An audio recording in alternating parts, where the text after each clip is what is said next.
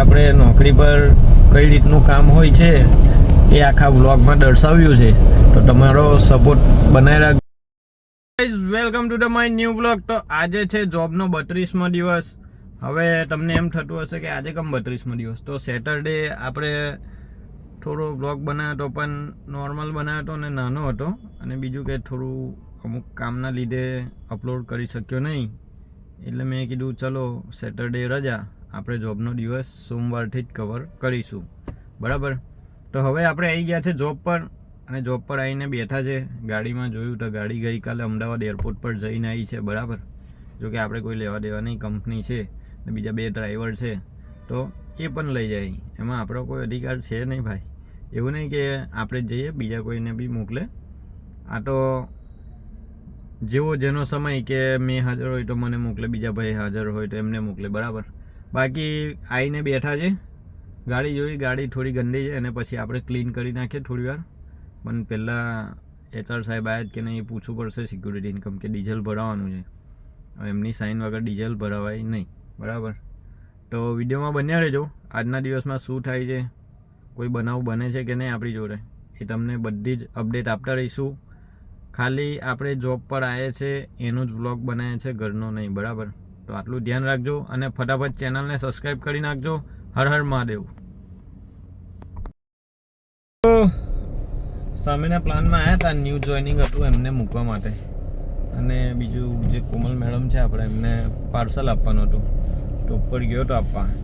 સરસ મજાની એસી છે, સોરી ઓફિસ છે, એસી પણ છે, કેમ કે ઠંડક એટલી હતી તો ઠંડી લાગી ગઈ.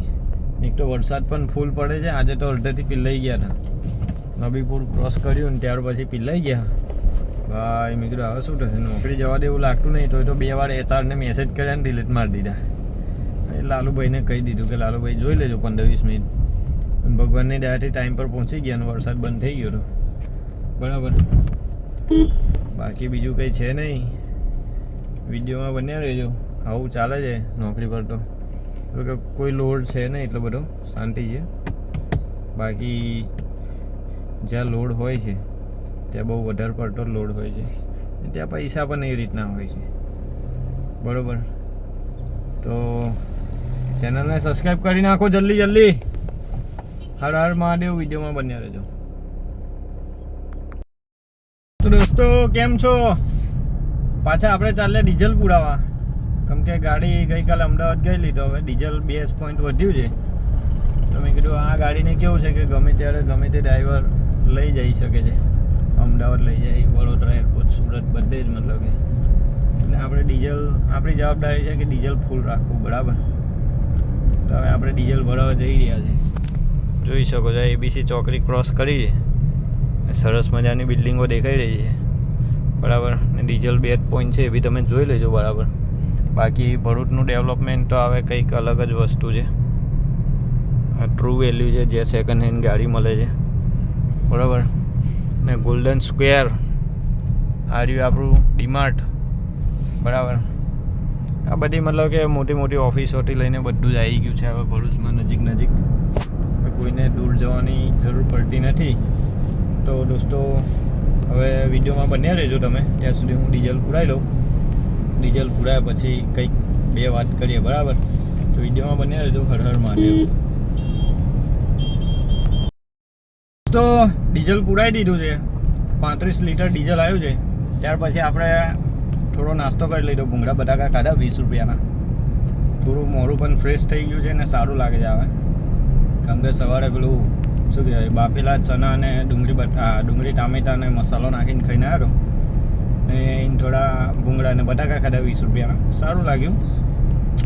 આવું ખાતું રહેવાનું અઠવાડિયામાં એકાદ વાર, બરાબર. કાં તો મને તો બહુ બહારનું ખાવાનું ટેવ નહીં, પણ જે દિવસે દાવ મળે એ દિવસે ધડાકે ભર આલી પાડવાની, બરાબર. તો કંઈ નહીં, હવે કંપનીમાં જઈએ છીએ, તો તમારો સપોર્ટ બનાવી રાખજો. હર હર મહાદેવ. તો આપણે ગયા હતા શનિવારે ડીઝલ પુરાવા, બરાબર. હવે ડીઝલ પુરાયા હતા, પણ કંઈ પેલું રજની એન્ટરપ્રાઇઝનું બિલ લાવવાનું છે.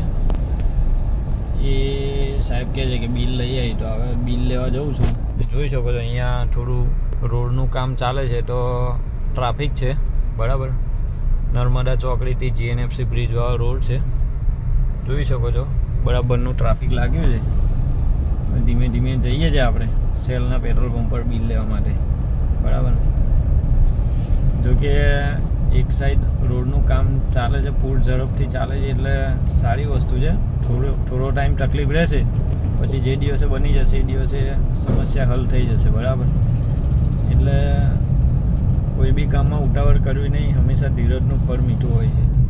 જોઈ શકો છો એકદમ સરસ મજાનો રોડ બનવા જઈ રહ્યો છે નર્મદા ચોકડીથી GNFC ને એની પણ આગળ આ શ્રવણ ચોકડી સુધી જે બ્રિજનું કામ ચાલે છે એ બી એકદમ પૂર ઝડપે ચાલી રહ્યું છે ને બાકી. તો વિડીયોમાં બન્યા રહેજો. હર હર મહાદેવ. બપોરનો બેઠો હતો ડીઝલ પુરાયા પછી ને હવે પાછો સામે કોમલ મેડમને મૂકવા આવ્યો હતો. જુઓ છો વરસાદ ચાલુ થઈ ગયો છે ને બાકી. તો શું કહેવા માગું છું, વરસાદ ચાલુ થઈ ગયો છે જોઈ શકો છો તમે ને હવે આપણે હટાવી દઈએ છે ને બાકી. તો એક તો મીનો વાત કહું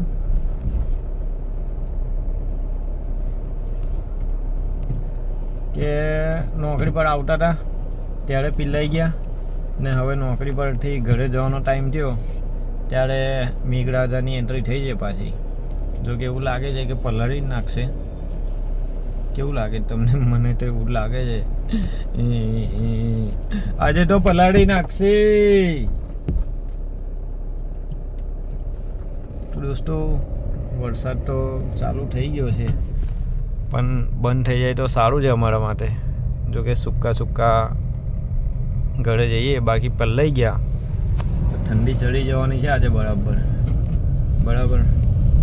તો કોને આવા અનુભવ લીધા છે કે નોકરી આવે તારે વરસાદ પડે પછી જાય તારે વરસાદ પડે આખો દિવસ બંધ રહે? કોમેન્ટ કરજો જરા. અને આજે આપણે નોકરી પર કઈ રીતનું કામ હોય છે એ આખા વ્લોગમાં દર્શાવ્યું છે. તો તમારો સપોર્ટ બનાવી રાખજો અને વધારે સપોર્ટ કરજો. અને આપણી ચેનલને નવા આવ્યા હોય તો સબસ્ક્રાઈબ કરી જ નાખજો.